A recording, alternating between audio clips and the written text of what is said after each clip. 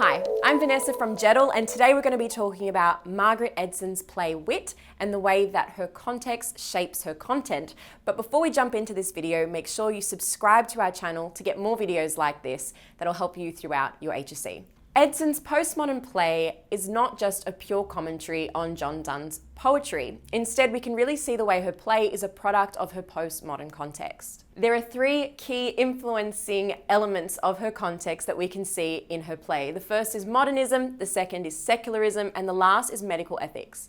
Modernism is a tricky one. It's a really broad Western philosophical movement, but Edson's play is a great example of it. If we had to crunch it down into a nutshell, you could describe the movement as a time and period of skepticism, subjectivity, and a sort of questioning of ideologies around what constitutes power and truth. So some examples of what those ideologies on systems of powers of truth might look like are things like politics, religion, even things like the economy and economics. All of those things constitute systems of power, and postmodernism was in the business of deconstructing those things, questioning the sort of truths and meta-narratives that they were giving us. So Wit goes about deconstructing these ideologies and systems of knowing, and the whole play, because it is postmodern, deals with the problem of knowing, of how we know. And we see this particularly in the way the play and the character of Vivian deconstruct institutions and systems of knowledge like academia, science, and even medicine. And we see this in Vivian's journey herself as she comes to realize that academia and those sort of accolades and achievements don't really mean much and don't really give her a true sense of truth or what it means to be a human being. And we also see this in the medical institution in the play, because Vivian becomes more or less a subject of the medical institution. She loses all of her power as a result of becoming a terminal patient, and she herself begins to acknowledge this because the knowledge and language of her doctors locks her out of her own ability to have autonomy as a patient. Let's look at the way this is shown in the actual play itself with an example. We talk about these postmodern values, but one of the things we should also note is that postmodernism affected the structure of fiction and text like this play, so that even the way the form and structure take shape is also a questioning of knowledge and truth. And that's why Vivian is a self-reflexive narrator. She's a really aware narrator. She breaks the fourth wall and she speaks to the audience in order to bring them into this deconstruction of truth and knowledge. In this example, we have a piece of analysis connected to this quote, referring to the postmodern values and the deconstruction of knowledge, which is one of those themes linking to the values of the time. Edson's postmodern values are apparent in Vivian's self-reflexive commentary as a subject of the medical discourse. In this particular field of endeavour, they possess a more potent arsenal of terminology than I. Her use of a military metaphor conveys the war of words and semantics that she has waged ever since her diagnosis, emphasising her powerlessness in the patient-doctor dynamic. So we've identified here what those institutions of power are. They're the medical institutions as well as the actual doctors themselves, who are the ones that have power over Vivian as a patient. And even though she's a very intelligent woman, she really brings attention to the fact that because she doesn't speak the language they're speaking and understand the medical jargon, she's actually powerless. And what we've done in these two sentences is first highlight those values of the postmodern period, this deconstruction of truth and knowledge, and then link that to the medical institution and this quote. In the next sentence, we then jump into straight away the military metaphor, so our technique, and explain what that technique does and really highlight there its effect on the audience. It emphasizes her powerlessness.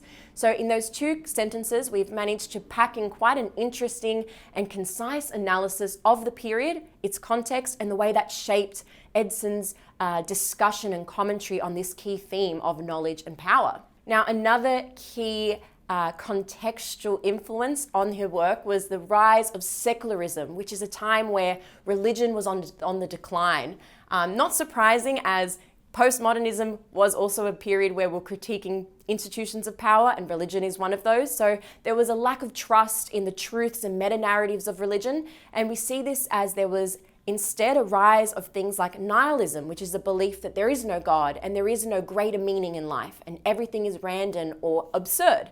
So these sort of philosophical movements became more and more prevalent during that modern period, and we can see them in the text itself. And they're not always framed as good things either. Particularly in Vivian's case, her doctors, as well as herself initially as a professor, have a very arrogant attitude as a result of this secular and nihilistic belief.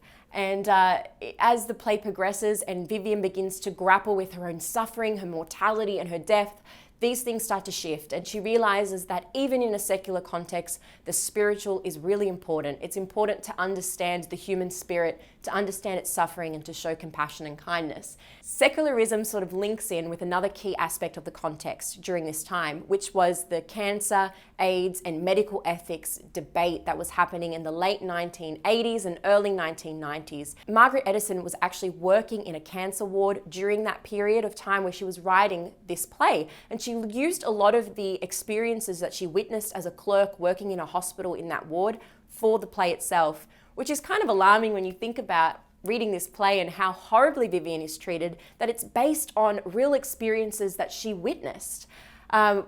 Basically, in this period, there was a lot of stigma attached to medical conditions like cancer or AIDS.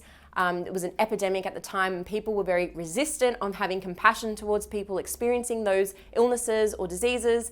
And as a result, medical ethics were really low. Patients were treated like guinea pigs, were given very little respect or autonomy. We can see this in this particular piece of analysis as well, of a quote where Vivian is expressing her own feelings of powerlessness, the way that she's become an object of medical research rather than a real person. You might connect the context to your analysis like so.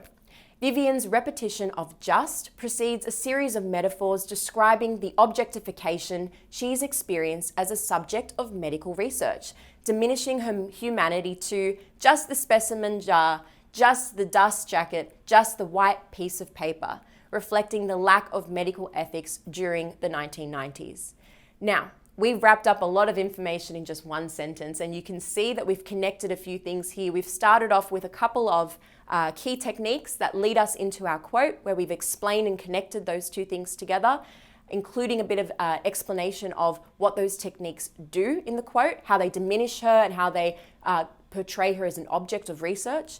And then we've connected that at the end by saying, reflecting the lack of medical ethics during the 1990s. So instead of kind of pumping up the context in the top of the paragraph, we've inversed it and actually connected it at the end, just to create a little bit of variation in your essay and a bit of a seamless response. So all of this, you can say, is reflecting the context of the period and kind of seamlessly integrating everything in one sentence, just to show your marker that you understand how the context is shaping these particular choices of the composer. Alternatively, you have the option of splitting this up so that you have the second half of this sentence as its own standalone sentence, sort of elaborating on the point you've made. You might have your initial point and then in a new sentence say, this reflects the lack of medical ethics during the 1990s. And this is a great way to actually link one piece of analysis to the next as you're making your point, so that your context is sort of wrapped up in your overall body paragraph. You can see clearly how context shapes and influences a composer's ways of writing, and that's so clear in Edson's work. And it just goes to show the greater your depth of the context of the period, the greater your analysis will be.